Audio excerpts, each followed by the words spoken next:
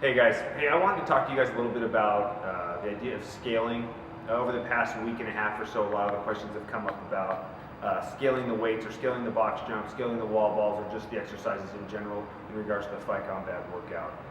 Keep in mind, when the Fight Gone Bad workout was originally designed over 10 years ago, it was actually designed for a mixed martial artist named BJ Penn, who weighed about 170 pounds, or he fought in the welterweight division in the UFC.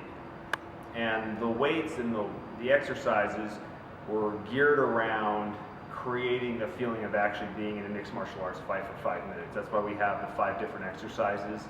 That's why they are a minute long each, and that's why a lot of them are very hip driven, a lot of closing and opening the hip with the jumping, with the wall ball, with rowing, sumo deadlift, high pull.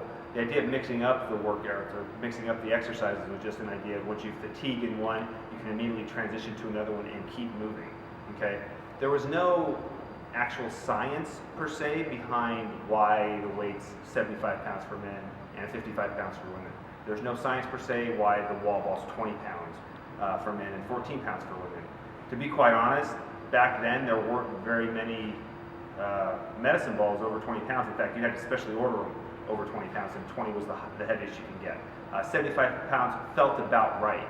Over the years, now that thousands of people have done the Fight Gone Bad workout, you can see, based on how many points people get, that it seems about right. You know, when the weights are 75 pounds and the wall ball's 20 pounds, people are scoring a good scores in the mid 300s. You see people scoring in the 400s. You see, actually, there was an athlete named Ben Smith that scored over 500 points on the Fight Gone Bad workout. So it all becomes based around how many points people get versus the actual weights and the size of the medicine ball. So keep that in mind when you're actually selecting or deciding if you're going to scale or not. The idea behind the workout is to be able to work for that full minute at each station before transitioning to the next one. If you can do that, then you can start deciding on how you want to strategize that minute.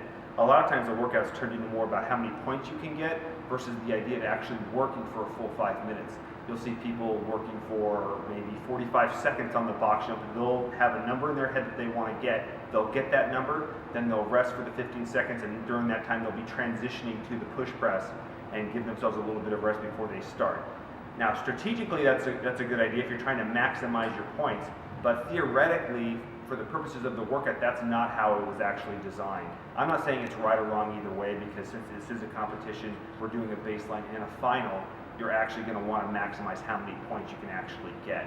But keep in mind, if you can only do a limited number of reps because the weight may be a little bit heavier than you're used to, or the wall ball height may be a little bit higher than you're used to, then you're better off scaling it down for the baseline, maintaining that same scaled workout for the finals. Because the idea for the workout, in addition to getting a lot of points, is to actually be able to work and increase your work capacity over that 5 minutes of work, followed by that 1 minute of rest.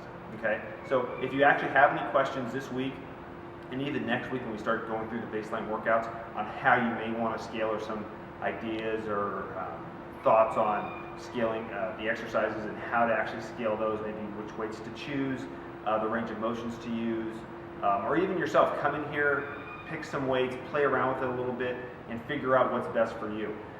Ideally, for a baseline workout, you should be scoring over 200 points, whatever way you do scale that workout. That's actually kind of a good barometer on how to scale it. If you're only getting, 150 points or something on that low end, what that really says is you're only performing the workout, you're getting 5 or 6 reps potentially at certain stations, and that's probably a little bit too heavy. Keep in mind, the first round versus the second round to the third round, you're going to be fatigued, okay?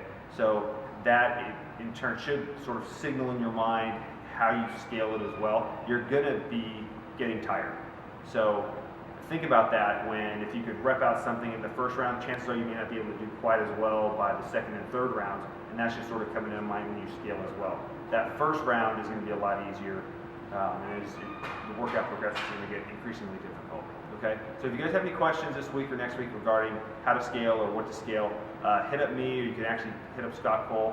And even there's some other people that have actually done the workout several times, whoever you're comfortable with going to. Think about that before next week. And really consider if the workout is as prescribed a little bit too much, there's nothing wrong with scaling it. The idea is to scale to your level right now and increase your work capacity over the 8 weeks, so by the finals you're going to be in much better shape. Okay, if you guys have any questions, just hit me up. Thanks.